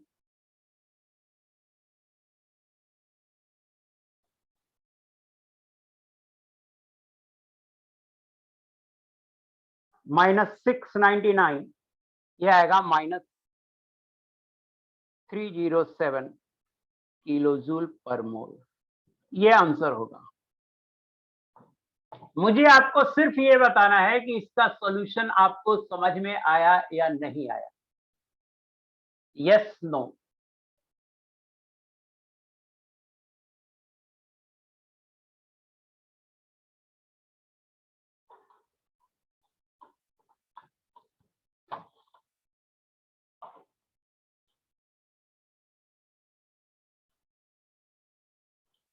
हाँ, मुझे आपको सिर्फ ये बताना है इसका सॉल्यूशन समझ में आया या नो। वेरी गुड, मोस्टली बच्चों को समझ में आ गया। वेरी गुड बेटा, very good, very good. Almost खत्म हो गया है आपका ये पीरियोडिक टेबल। एक दो टर्म डिफाइन करना रह गया है, इसको डिफिनेशन मैं बता देता हूं। मैंने आपको बोला था कि इंथैल्पी ऑफ एटोमाइजेशन को मैं बाद में डिफाइन करूंगा। इंथैल्पी ऑफ हाइड्रेशन को, हाइड्रेशन एनर्जी ऑलवेज निगेटिव ही आता है बेटा, ये ऊपर लिखा भी चुका हूं। लैटिस एनर्जी पॉजिटिव दिया हुआ होता तब भी निगेटिव बना के लेते। कितनी बार हमसे बुलवाओगे यार कि लैटिस एनर्जी हम जो डिफाइन किए हैं उस डिफिनेशन में हमेशा निगेटिव होगा। पॉजिटिव दिया हुआ होता तब भी ऐसे ही लेते। अगर इस क्वेश्चन में यहाँ पर आंसर प्लस यहाँ पे 699 रहता तब भी हम सॉल्यूशन में कोई अंतर नहीं करते, हम माइनस लगा के ही लेते लैटिस एनर्जी को। एक ही बात बोलता हूँ 10 बार बोलता हूँ फिर भी 11वीं बार पूछते हो, मैं तो मतलब पागल हो जाता हूँ यार। 10 बार से ज्यादा बोल चुका हूं कि हम जो डिफिनेशन लिए हैं उस डिफिनेशन में लैटिस एनर्जी ऑलवेज नेगेटिव होगा, फर्स्ट डिफिनेशन। अब क्वेश्चन से मतलब ही नहीं है, क्वेश्चन में नेगेटिव दिया हुआ है तो नेगेटिव लेंगे, पॉजिटिव दिया हुआ है तब भी नेगेटिव लेंगे। और डिफिनेशन हम कैसे लेंगे, आयनिक, आयन से आयनिक सॉलिड बनाएंगे, आयनिक सॉलिड को तोड़ेंगे नहीं, आयन से आयनिक सॉलिड बनाएंगे। अगर आयनिक सॉलिड को तोड़ने वाला रिएक्शन होगा तो minus of delta H lattice को लिखेंगे।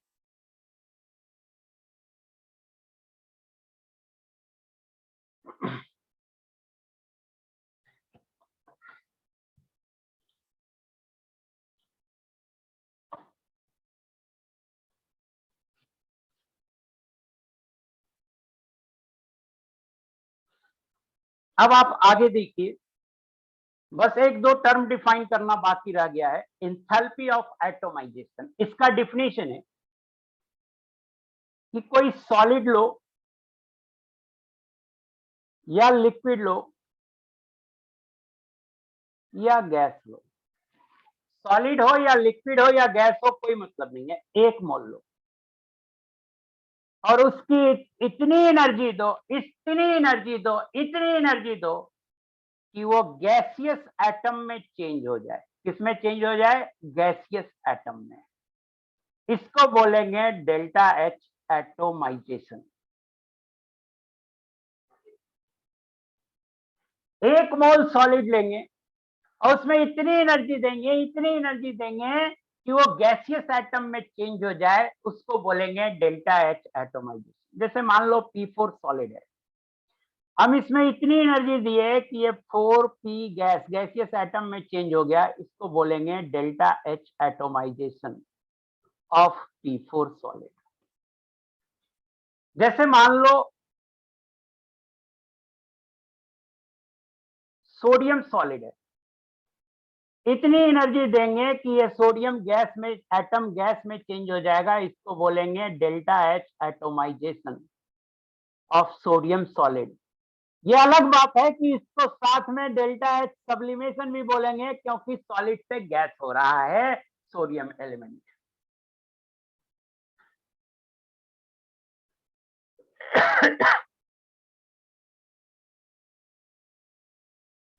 मान लो CH4 गैस है,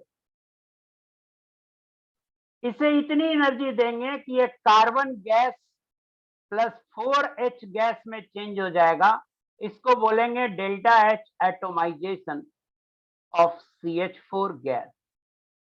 ये अलग बात है कि ये साथ में किसके बराबर होगा, CH4 गैस है तो कितने CH बॉन्ड है, 4 CH बॉन्ड है, तो इसका मतलब है ये आल्सो बराबर होगा 4 into bond energy of CH।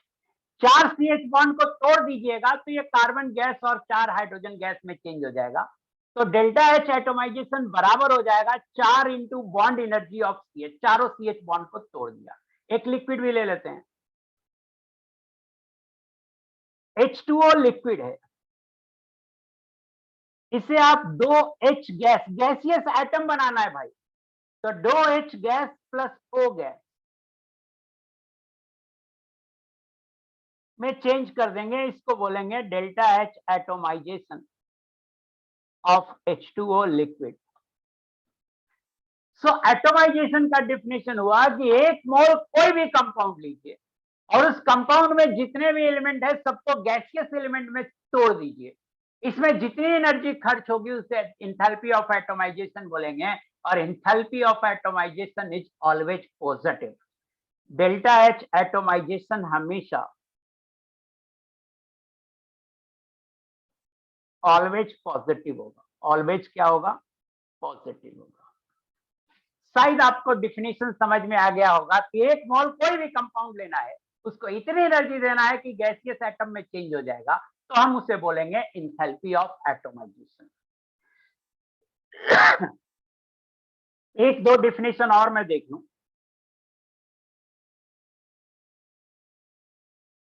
Enthalpy of fusion,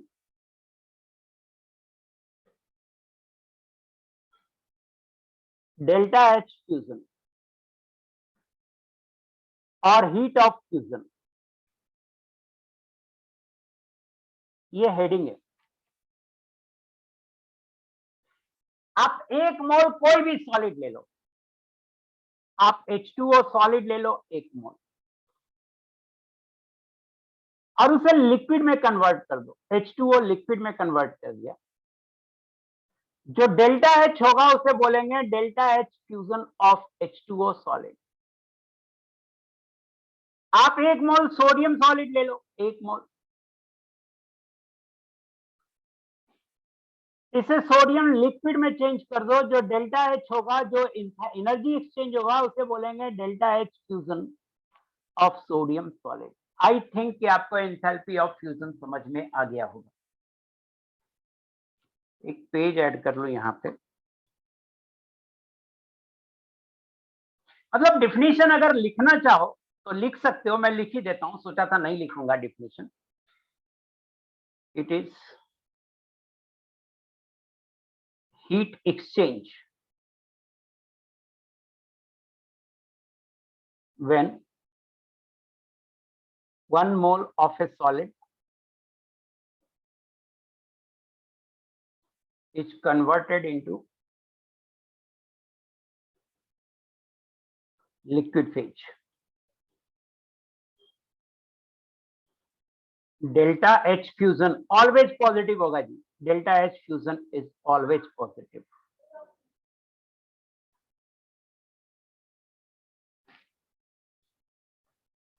एक और डिफिनेशन मैं लिखा रहा हूं,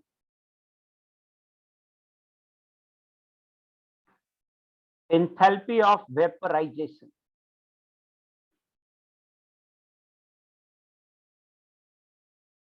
delta H vaporisation.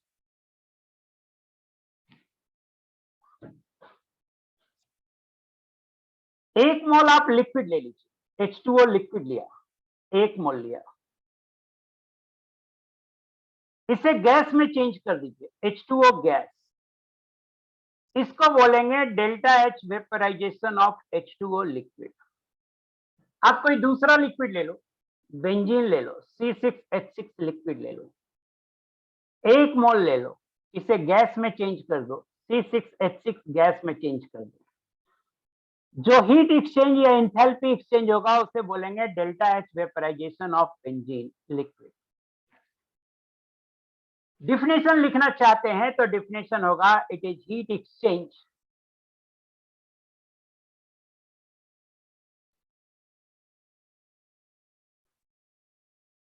when 1 mole of a liquid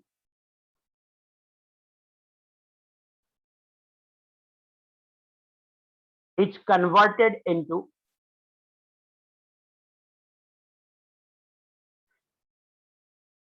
gaseous phase।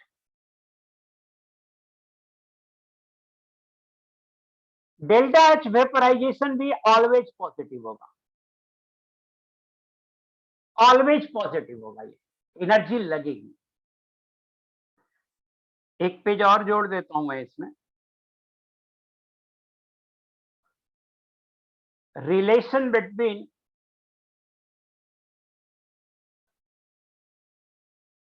Delta H sublimation, delta H fusion and delta H vaporisation,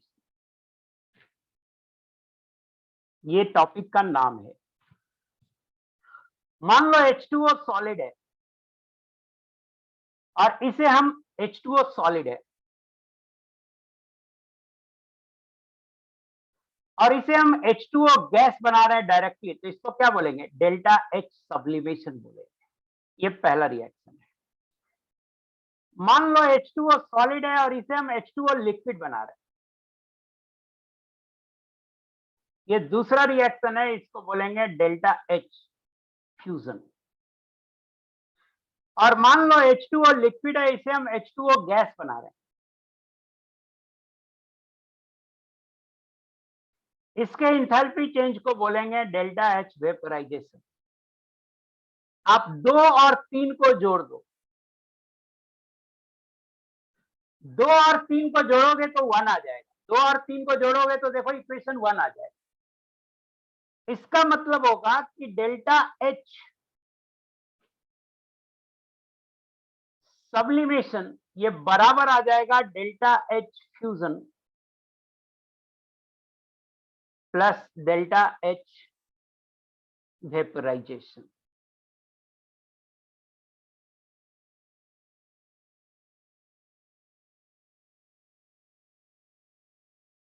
मैं ये कह रहा हूं बेटा कि इन दोनों को सम कर देंगे, जोड़ देंगे, तो 1 बराबर हो रहा है 2 प्लस 3।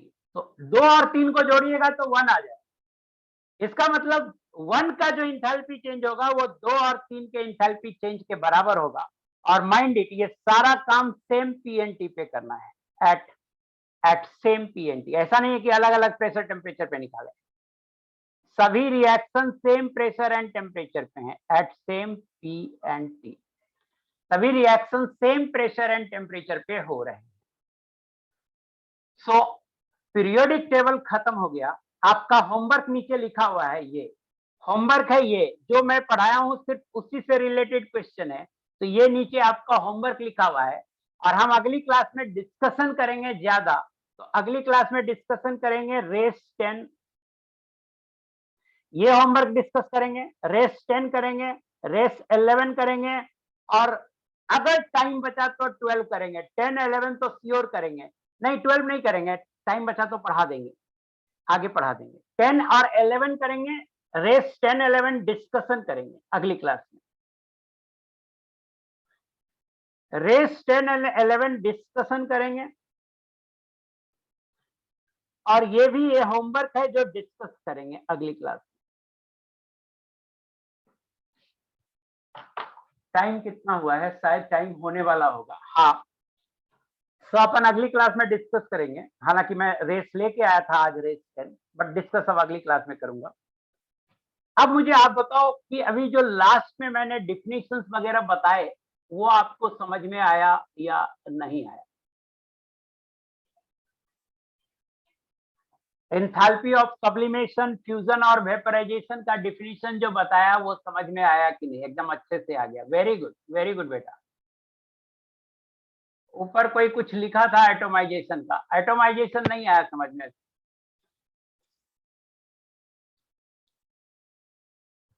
आज मेरा नेट ठीक हो गया है तो मेरा वीडियो गायब नहीं हुआ होगा। मेरा दोनों नेट ठीक हो गया है। पहले क्या था ना कि लैपटॉप का नेट गड़बड़ होता था जिससे वीडियो गायब हो जाता। सर वेपराइजेशन वंस अगेन, ठीक है अभी बोल देता हूँ।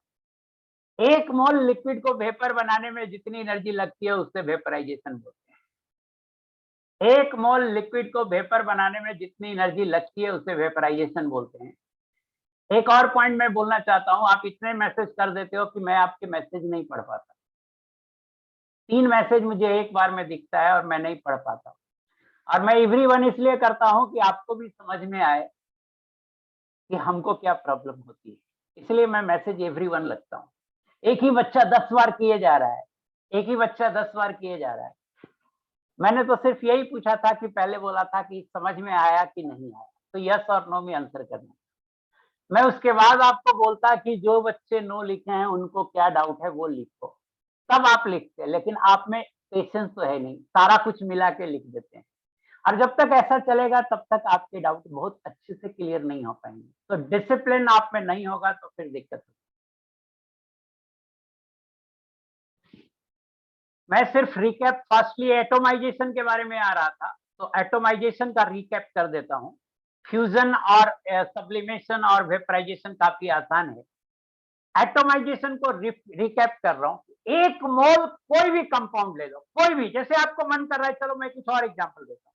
जैसे आपको मन कर रहा है कि हम कैल्शियम कार्बोनेट लें, 1 मोल कोई भी कंपाउंड ले लो बेटा, आपको मन कर रहा है कि मैं कैल्शियम कार्बोनेट सॉलिड ले लूं, तो इसको गैसियस एटम में चेंज करना है। मींस कैल्शियम गैस में चेंज करना है, कार्बन गैस में चेंज करना है, और ऑक्सीजन को भी एटम फॉर्म में लिखेंगे, 3O गैस में चेंज करना है। जो इंथैल्पी चेंज होगा उसे बोलेंगे delta H atomisation of CaCO3। 1 मोल कोई भी कंपाउंड लीजिए, और उसे, यार हद हो, कुछ ऐसा केमिकल बॉन्डिंग कब स्टार्ट होगा? गधे कहीं के, मैं जो बोल रहा हूँ समझा रहा हूँ वो समझो ना विश्वजीत सिंह। एक मोल कोई भी कंपाउंड लीजिए, आप मुझे डिस्टर्ब कर देते हो समझाते हुए। एक मोल कैल्शियम कार्बोनेट लीजिए या कोई भी कंपाउंड लीजिए और उसे गैसियस एटम में चेंज कर दीजिए। ध्यान रखिए, हमें सब हमेशा प्रोडक्ट में गैसियस एटम चाहिए, उसको बोलेंगे इंथैल्पी ऑफ एटोमाइजेशन। जैसे ये भी इंथैल्पी ऑफ एटोमाइजेशन है CaCO3 का। मैं मिटा इसलिए दे रहा हूं क्योंकि ये गलत जगह लिखा हुआ है, मतलब ये वेपराइजेशन के नीचे लिखा हुआ है तो आपको कंफ्यूजन होगा। तो ऊपर देखिए, एक एक एग्जाम्पल में समझाता हूं। डिफिनेशन हुआ, एक मोल कोई भी कंपाउंड लेंगे और उसे गैसियस एटम में चेंज करेंगे। तो एक मोल फास्फोरस सॉलिड लिया तो उसे गैसियस एटम, फास्फोरस का एटम P होगा, अब गैस में बनाना है, अब बैलेंस कर दिया तो 4P होगा। सोडियम सॉलिड एक मोल लिया, उसे सोडियम गैस में चेंज करेंगे, उसे सोडियम गैस में चेंज करेंगे तो उसे हम एटोमाइजेशन बोलेंगे। ये अलग बात है कि सोडियम सॉलिड वाला डेल्टा H सब्लिमेशन भी होता है। क्या होता है? डेल्टा H सब्लिमेशन भी होता है। हम P4 सॉलिड वाले को सब्लिमेशन नहीं बोल सकते, इसको सब्लिमेशन तब बोलते हैं जब ये प्रोडक्ट होता, इसको नहीं बोलेंगे सब्लिमेशन। प्रोडक्ट अगर P4 गैस होता तो सब्लिमेशन बोलते, प्रोडक्ट 4P गैस है तो हम इसे सब्लिमेशन नहीं बोलेंगे, लेकिन सोडियम सॉलिड वाले को सब्लिमेशन बोलेंगे। किलो जूल पर मोल का मतलब होता है, यूनिट है, एनर्जी का यूनिट है किलो जूल पर मोल। एनर्जी पर मोल का यूनिट है एनर्जी बटा मोल। एक मोल में इतनी एनर्जी लगेगी या खत्म होगी। पॉजिटिव होगा तो लगेगी और निगेटिव होगा तो रिलीज होगी। पॉजिटिव होगा तो खत्म होगी और निगेटिव होगा तो रिलीज होगी। किलो मतलब 1000 होता है और जूल एनर्जी है, एनर्जी का यूनिट है। P4 में बॉन्ड बना हुआ है और वो सॉलिड स्टेट में है। P4 में मत बॉन्ड बना हुआ है, कह रहा है 4P, और एक बच्चा कह रहा है P4 और 4P में क्या अंतर है? पहला अंतर तो ये है कि इसमें चारों पोटेशियम एटम अलग अलग, गैसियस लिखने का मतलब यही, अलग अलग, और चारों गैस फेज में। यहां पर ऐसा नहीं है, यहां पर फास्फोरस फास्फोरस से बॉन्डेड है और इसका सॉलिड फेज है, तो इसमें 6 बॉन्ड बना हुआ है, 4 5 6 बॉन्ड बना हुआ है और ये सॉलिड फेज में। तो काफी अंतर है P4 सॉलिड और 4P में, काफी अंतर है।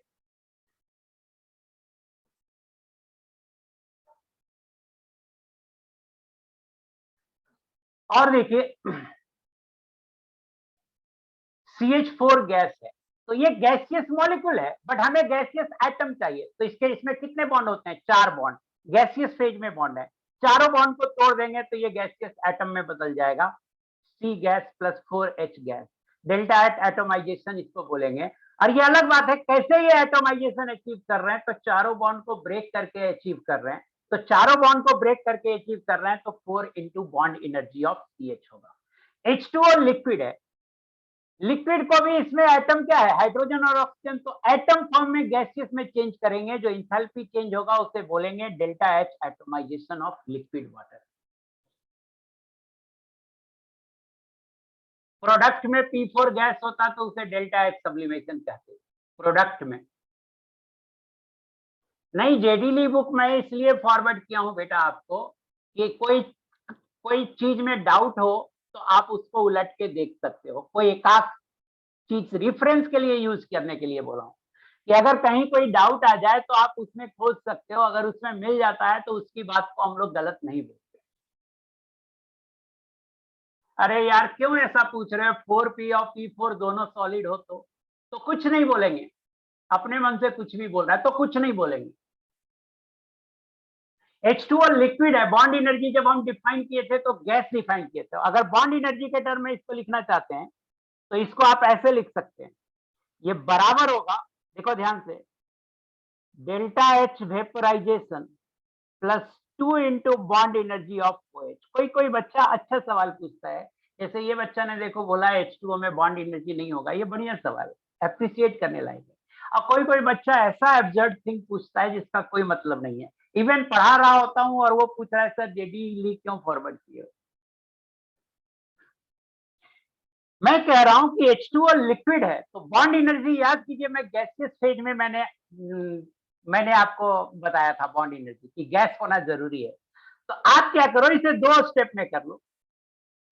आप इस H2O लिक्विड को पहले H2O गैस बदल लो और अब इस गैस को यहां बदल लो, तो इसको बोलेंगे 4 into bond energy of, sorry 2 into bond energy of OH, और इसको बोलेंगे डेल्टा H वेपराइजेशन, और ये हो गया डेल्टा H एटोमाइजेशन। एक इंथैल्पी साइकिल बन गया, डेल्टा H एटोमाइजेशन बराबर हो गया delta H vaporisation plus 2 into bond energy of OH। तो वो बच्चा पूछा कि इसमें बॉन्ड एनर्जी नहीं हो सकता है सर, होगा, लेकिन सिर्फ बॉन्ड एनर्जी नहीं होगा, साथ में डेल्टा H वेपराइजेशन भी जोड़ना होगा। मुझे बताना बेटा समझ में आया कि नहीं, जो बच्चा ये बात पूछा था। समझ गया, वेरी गुड। तो मैंने पढ़ा दिया, अब मैं मटेरियल भेजता हूं आपको। सो मटेरियल में भेज दूं आपको, और मटेरियल भेजने के लिए मुझे जाना होगा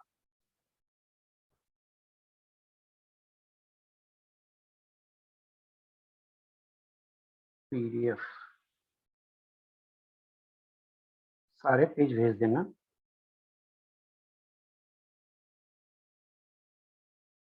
एक रेस का पेज है, 2 पेज है रेस।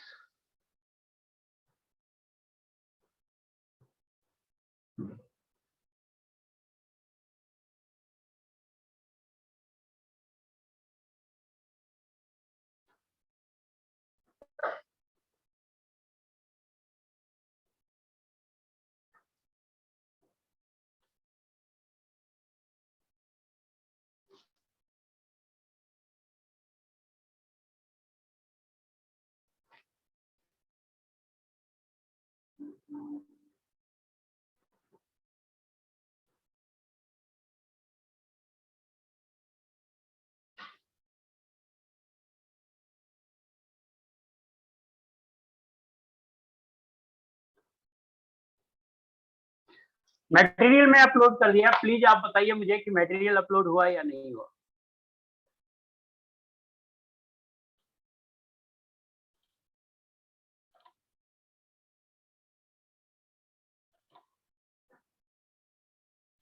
भाई पीरियोडिक टेबल खत्म हो गया तो केमिकल बॉन्डिंग ही ना शुरू होगा, क्यों पूछ रहे हो बार बार यार कि कब शुरू होगा। पीरियोडिक टेबल खत्म हो गया, अगला क्या टॉपिक है, केमिकल बॉन्डिंग। जो पढ़ा रहा हूँ बेटा वो पढ़ो, मुझे आलतू फालतू पूछ करके ये दिमाग मत खराब कर। अब कुछ पूछना है सब्जेक्ट से रिलेटेड, सब्जेक्ट से रिलेटेड बात खत्म हो गई, अब आप सब्जेक्ट से बाहर से रिलेटेड कुछ पूछ सकते हैं। Oxy acid and hydra acid sir आपको पढ़ा चुके होंगे, सर आपको पहले पढ़ा चुके होंगे oxy acid and hydra acid.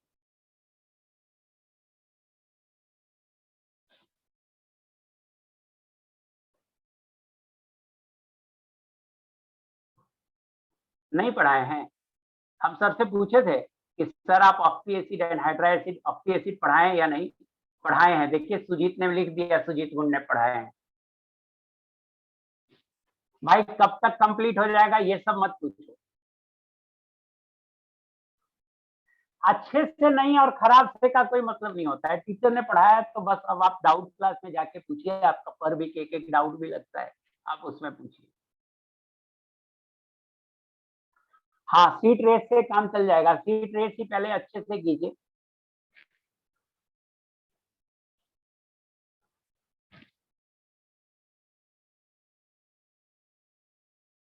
नहीं वो एडॉप्टेड वर्जन नहीं है, वो ओरिजिनल वर्जन है जो मैंने जेडीली भेजा।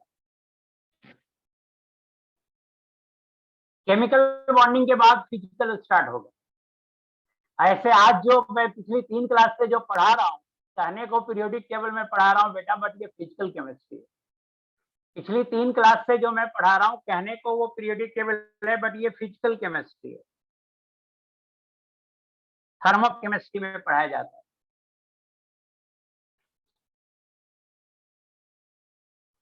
आज कोई डाउट, अच्छा आज जो डाउट क्लास है, आज शाम में शायद डाउट क्लास है, यस।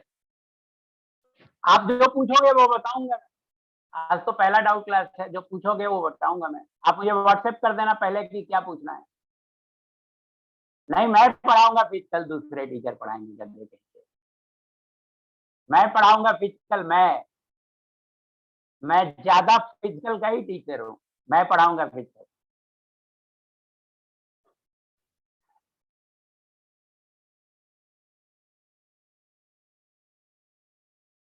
सबका साइन कन्वेंशन मैंने आपको बता दिया, सबका, सब में लिख दिया है कौन पॉजिटिव होगा या कौन निगेटिव होगा। फिर क्यों पूछ रहे हो? सबका साइन कन्वेंशन बता दिया, सब में मैं लिख दिया हूँ कि कौन पॉजिटिव होगा ऑलवेज, कौन निगेटिव होगा। और जिसमें नहीं लिखा हूँ वो पॉजिटिव भी हो सकता है और निगेटिव भी हो सकता है।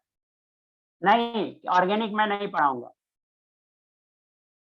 ऑर्गेनिक मैं नहीं पढ़ाऊंगा, मैं फिजिकल एंड इनऑर्गेनिक पढ़ाऊंगा। कौन सा आईडी व्हाट्सएप पे भेज दूं? आज जो डाउट क्लास होगा वो जूम पे होगा, ऑनलाइन प्लस पे नहीं होगा। नहीं, मैं सुदर्शन गुहा सर की मेरे पास पीडीएफ नहीं है, मैं नहीं भेज सकता। डाउट के लिए बताया था कि डाउट के लिए मैं लिंक भेजूंगा आपको, उसका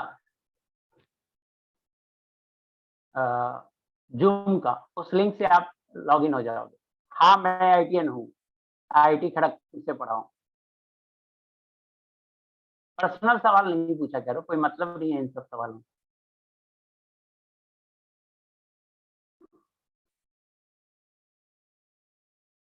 और किसी को कुछ पूछना है? यार मुझसे क्यों पूछते हो बार बार? सिलेबस कब तक कंप्लीट हो जाएगा? अभी तो शुरू है बेटा, 2 चैप्टर हुए हैं। हाँ करो ना, सुदर्शन गुहा की बुक है तो करो। 11th में इनऑर्गेनिक में इतना ही पढ़ना है, पीरियोडिक टेबल, केमिकल बॉन्डिंग और बस यही पढ़ना है। ये मैं पढ़ाऊंगा और पूरी फिजिकल मैं पढ़ाऊंगा। Yes, you can leave meeting. तो 20 जून को दिखा रहा है तो 20 जून को टेस्ट होगा, सी साइड पे दिखा रहा है। Yes, chemical bonding is very important chapter. मैं कहाँ से हूँ इससे क्या मतलब है? बिहार से हूँ, पटना से।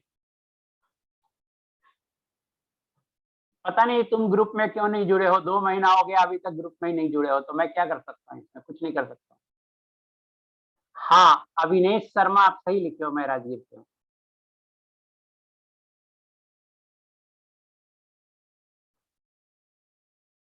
नहीं नहीं, बारिश नहीं हो रही है, मैं कोटा में हूँ भाई, बारिश नहीं हो रही है।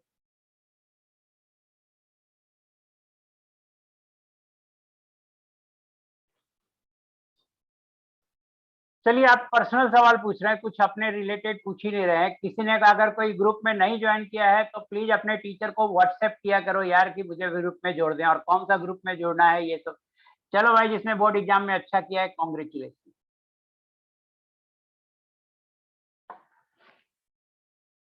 एनसीईआरटी बुक देख लिया करो बेटा, इनऑर्गेनिक के चैप्टर पता लग जाएंगे आप। पढ़ाया जाएगा अभी यही 3 केमिकल बॉन्डिंग तक। इसके अलावा एस ब्लॉक होता है, हाइड्रोजन एंड इट्स कंपाउंड होता है, और थोड़ा सा पी ब्लॉक होता है। ये 3 चैप्टर और होते हैं इनऑर्गेनिक के, जो बाद में पढ़ाए जाते हैं।